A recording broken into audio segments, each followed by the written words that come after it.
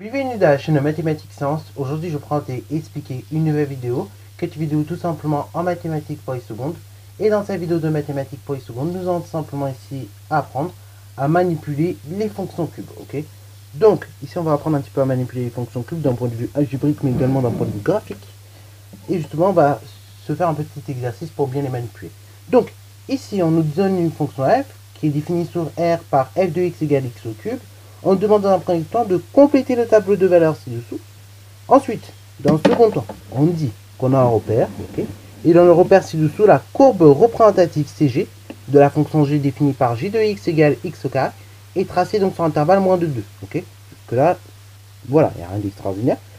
Et donc, justement, on nous dit tout simplement de tracer la courbe représentative CF de la fonction f dans ce repère. Okay, voilà. Alors, ensuite, la question qui suit, on demande de résoudre graphiquement f de x strictement inférieur à g de x et f de x égale g de x. Ok.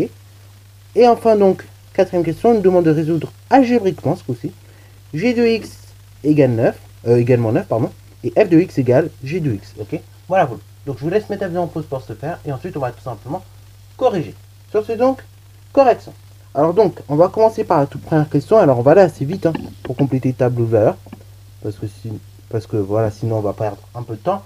Si tu n'es pas trop à l'aise avec les tableaux de valeurs, je te conseille d'aller voir la vidéo que j'ai faite sur les généralités des fonctions, où déjà je reviens un petit peu plus tranquillement sur la notion de tableau de valeurs. Là je vais un peu plus vite pour compléter ce tableau de valeurs, puisque bah, voilà, il n'y a pas grand chose à dire. Donc là, on a une fonction f définie sur R par f de x égale x au cube.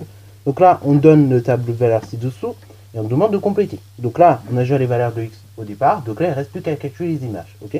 Donc, on va calculer d'abord f de moins 2. Donc, f de moins 2, c'est moins 2 au cube. Moins 2 au cube, quand tu calcules ça, ça fait moins 8. Après, f de moins 1,5, c'est tout simplement moins 1,5 au cube. Et quand tu calcules ça, normalement, tu trouves 3,375. Et attention, comme c'est négatif, ça reste moins 3,375. Après, f de moins 1, c'est donc moins 1 au cube. C'est-à-dire directement moins 1. f de moins 0,5 au cube. Enfin, f de moins 0,5, c'est moins 0,5 au cube. Et donc, ça me donne moins 0,125. Après, f de 0, c'est tout simplement 0 au cube, donc 0. Après, 0,5. f de 0,5, c'est 0,5 au cube. Donc, ça me donne 0,125. f de 1, donc c'est tout simplement 1 au cube. Ça fait 1. f de 1,5. Donc là, f de 1,5, c'est 1,5 au cube. Et donc, c'est 3,375 que l'on trouve. Et après, f de 2, c'est 2 au cube. Ça fait tout simplement 8. Ok. Voilà. Bon, là, jusque-là, on a donc complété le tableau de valeurs que vous voyez. Maintenant que le tableau de valeurs est complété, on va tout simplement s'occuper de tracer la courbe représentative de la fonction f. Ok. Là, donc, on a déjà la courbe représentative de la fonction g. Il ne reste plus qu'à faire celle de la fonction f. Ok. C'est pour ça qu'on nous a demandé de compléter au préalable le tableau de valeurs. Donc, je vous le réaffiche quelque part par là. Donc là maintenant on va s'occuper de tracer la représentation graphique de la fonction f. Donc je vous rappelle que tout point qui est sur la courbe représentative de cette fonction f, et bah pour les placer, ils vont se placer de la façon suivante. C'est-à-dire d'abord en abscisse on va mettre le x, donc le nombre de départ, et après en ordonnée on met f de x, donc l'image du nombre de l'abscisse. Ok. Voilà. Donc en abscisse d'abord l'antécédent et en ordonnée donc les images. Ok. Voilà. Donc là on va commencer par le premier. Donc là le premier, on voit qu'au début je prends moins 2, j'obtiens moins 8. C'est-à-dire que le premier point, il a pour coordonnée moins 2, 8. Moins 2, moins 8. Ok. Donc là, je recule en moins 2, tout simplement en abscisse. Donc là, je vois, j'ai moins 1. Après, je recule encore tout simplement de 4, j'arrive à moins 2. Après, je vais descendre en ordonnée jusqu'à moins 8. Donc là, moins 1, moins 2, moins 3, moins 4, moins 5, moins 6, moins 7. Donc là, moins 8, il est là. Ok. Et je place tout simplement mon point, qui est juste là. Après, j'ai un second point, le point de coordonnée moins 1,5, moins 3,375. Donc là, ce deuxième point, il va se situer au niveau de l'ordonnée. Vous allez voir, on va se placer entre moins 3,25 et moins 3,5. Donc d'abord, je me place en moins 1,5 en abscisse. Et après, je descends tout simplement jusqu'à moins 3,375. Donc là, moins 1, moins 1, moins 1, moins 2, moins 1, moins 3, moins 1, 3,20. Moins 3,25 et là moins 1 moins 3,5. Donc là le point il va se situer entre les deux, donc moins 3,25. 375. Après, j'ai le point qui suit, donc le point de coordonnées moins 1, moins 1. Ok, voilà, voilà. Donc il est juste là. Après, le point qui suit, donc c'est le point de coordonnées moins 0,5, moins 0,125. Ok, donc là, moins 0,125, on va placer entre moins 0,5 et, enfin, moins 0,25 et 0. Ok, voilà, voilà. Donc ce point, il va se situer juste là. Après, on a un point de coordonnées 0, 0. Et on renouvelle l'opération. Donc le point de coordonnées moins 0,5, 0,125. Après, donc, le point de coordonnées 1, 1. Le point de coordonnées 1,5, 3,375. Ok, donc là, il est juste là, ce point-là. Et après, le point de coordonnées, tout simplement, de 8. Ok, voilà, voilà. Donc là, on a 4, 5, 6, 7 et 8. Juste là. Ok, voilà, voilà. Donc là, je vais passer tous mes points dans mon repère. Maintenant, je vais tout simplement les relier à main levée. Et en fait, ceci, ça sera tout simplement la courbe représentative de cette fonction f. Ok, voilà, voilà. Alors, donc là, forcément, vous avez vu qu'on va obtenir une courbe un peu mieux que celle de la dernière fois, que j'avais faite dans le cours. Parce que tout simplement, en fait, et ben, vous pouvez le constater vous-même. Hein. Vous pouvez le constater vous-même, et ben, c'est plus précis. On a fait un pas, on a fait tout simplement, on a décalé à chaque fois de 0,5. Ok, quand on décale de 0,5, bon, on obtient forcément des courbes plus précises que si on décale tout simplement de 1. Ok, voilà. Donc voilà, la courbe représentative de la fonction f, qu'on peut noter d'ailleurs CF. Et donc voilà, elle est tracée. Maintenant, donc, on demande, dans une troisième question, de résoudre graphiquement f de x inférieur à g de x et f de x égale g de x. Donc là, on va commencer par la première, tout simplement, une équation déjà, et après on va faire l'équation. Ok. Donc, du coup, je vais la recopier rapidement. Donc, l'inéquation c'est f de x strictement inférieur à g de x. Quand vous résolvez une telle inéquation, en fait, vous recherchez les abscisses des points de la courbe, donc des points de la courbe CF, situés en dessous de la courbe CG. Ok, voilà, vous. En fait, vous recherchez tout simplement les points de la courbe, les moments, les endroits, en fait, où tout simplement la courbe CF est située en dessous de la courbe CG. Cela va se traduire par les abscisses des points de la courbe CF situés en dessous de la courbe CG. Et donc, on va tout simplement dire pour ce genre d'inéquation que les solutions sont tout simplement les abscisses des points de la courbe CF situés en dessous de la courbe CG. Alors du coup, les solutions sont les abscisses des points de la courbe CF situés en dessous de la courbe CG. Ou bien on aurait pu traduire ça autrement, on aurait pu dire tout simplement les solutions sont tout simplement les abscisses des points de la courbe CG situés au-dessus de la courbe CF. Ok, voilà. Alors donc maintenant, on va revenir à la courbe pour bien voir les choses. Donc du coup, la courbe CF, la courbe en grise. La courbe CG, c'est la courbe en bleu. Ok, donc on va voir les moments intéressants où justement on a la courbe grise qui est en dessous de la courbe bleue. Ok, voilà, on va voir ces moments là. Et donc après, de là on va pouvoir déduire les solutions. Donc là, quand je pars de moins 2 jusqu'à 0, grossièrement je vois que tout simplement la courbe grise elle est bien située en dessous de la courbe bleue. J'arrive à 0. À 0, les deux courbes se coupent. Ok, elles se coupent en un même point. Donc là, du coup 0 il ne m'intéresse pas. Par contre, l'intervalle qui est juste avant, donc l'intervalle moins 2 jusqu'à 0, lui est intéressant. Après, j'avance. De 0, j'avance, jusqu'à 1. Je vois que là également, la courbe grise est toujours en dessous de la courbe bleue. Okay, donc, là aussi, cette partie m'intéresse. Par contre, à partir de 1, je vois que la courbe grise est tout simplement au-dessus de la courbe bleue. Donc là, cette partie ne m'intéresse plus. Donc ainsi, ça se traduira par la chose suivante. Donc, les parties qui vont être intéressantes, ce sera l'intervalle moins 2 jusqu'à 0, 0 exclu, union de 0 exclu jusqu'à 1 exclu. Ok, voilà, voilà. Donc, du coup, ça veut dire quoi? Ça veut dire que grand S, c'est donc égal à l'intervalle suivant.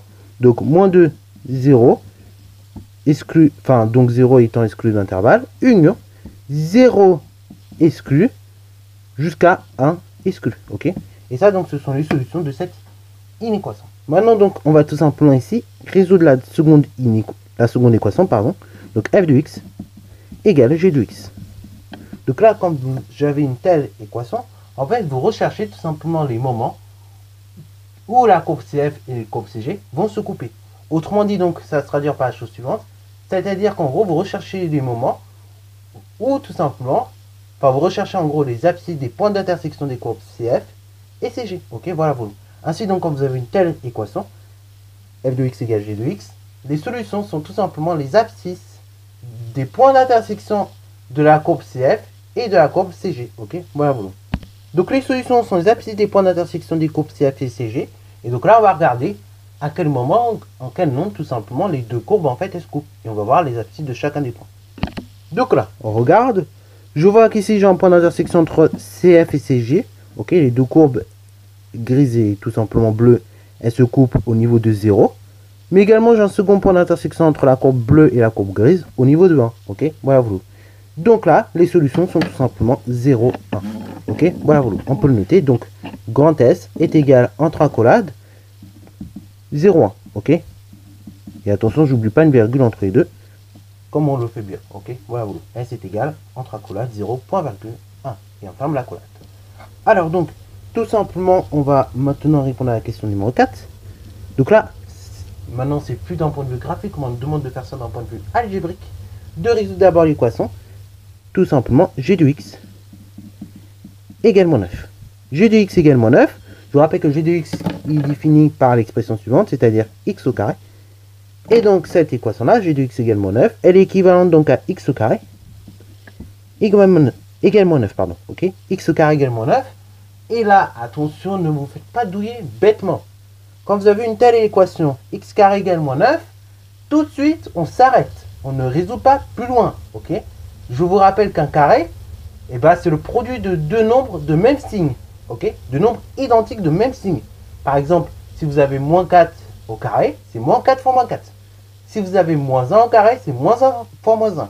Si vous avez pi au carré, c'est pi fois pi. Ok. À chaque fois, vous voyez bien qu'on multiplie des nombres de même signe. Qui dit produit de nombres de même signe, qui dit tout simplement résultat positif. Donc là, attention, quand vous avez un carré et qu'on vous dit qu'il est négatif, c'est une contradiction. Donc là, quand on a un carré, on a du x carré égale un nombre négatif, on s'arrête. On dit que l'équation n'a pas de solution. Donc S est égal ensemble vide, parce que tout simplement, un carré ne peut jamais être négatif. Ok. Voilà. Ça, c'est pour la question numéro 4, la première équation. Donc, deuxième équation, c'est tout simplement l'équation suivante. F de x égale g de x. Et donc, cette équation-là, f de x égale g de x, elle est équivalente donc à x au cube égale x au carré. Alors là, vous allez me dire, comment je résous une telle équation? Ne vous inquiétez pas, on va la résoudre tranquillement. Déjà, vous voyez, on a du x un peu partout. On va peut-être essayer de faire un petit peu de ménage. Du x au cube, x au carré, on va essayer de mettre ça sur le même membre. Ainsi donc j'obtiens x au cube moins x au carré qui est égal à 0. Ok, il me reste rien, donc il me reste 0. Ok, voilà vous. Jusque là, x au carré moins, enfin x au cube moins x au carré, bah là, c'est une équation un peu compliquée à résoudre, je vous l'admets. Même en première, on ne sait pas résoudre des équations comme ça du premier coup. Par contre, en revanche, on connaît un truc fondamental. Dans ce genre de cas, je sais que je peux factoriser. Ainsi, donc ici, on va factoriser le membre de gauche par x au carré. Ainsi, donc, j'obtiens x au carré, facteur de, tout simplement, x, ok, voilà, voilà, moins 1, qui est égal à 0. Ok. Parce que oui, je vous rappelle, x au cube, bah, c'est tout simplement x fois x fois x, moins x au carré, donc c'est x fois x. Et ça, c'est égal à 0. Donc là, vous voyez bien qu'on a un facteur commun qui est xx, ok, à chaque fois, xx, x fois x, c'est tout simplement x au carré, ok. Donc à chaque fois comme facteur commun, j'ai du x au carré. Et bah ce x au carré, vous voyez, je l'ai mis en facteur commun. Après, il me reste quoi? Il me reste du x, donc je le mets entre parenthèses. Là, il me reste quoi? Il me reste rien, il me reste tout simplement moins 1. Hein, il me reste un produit par moins 1. Donc là, je mets le moins et le 1. Et après, égale 0. Et donc là, maintenant, on arrive là. X au carré facteur de x moins 1 égale 0. Bah là, c'est une équation produit nul. Vous le reconnaissez. Hein. Vous avez bien un produit de facteurs, ok, qui vaut 0.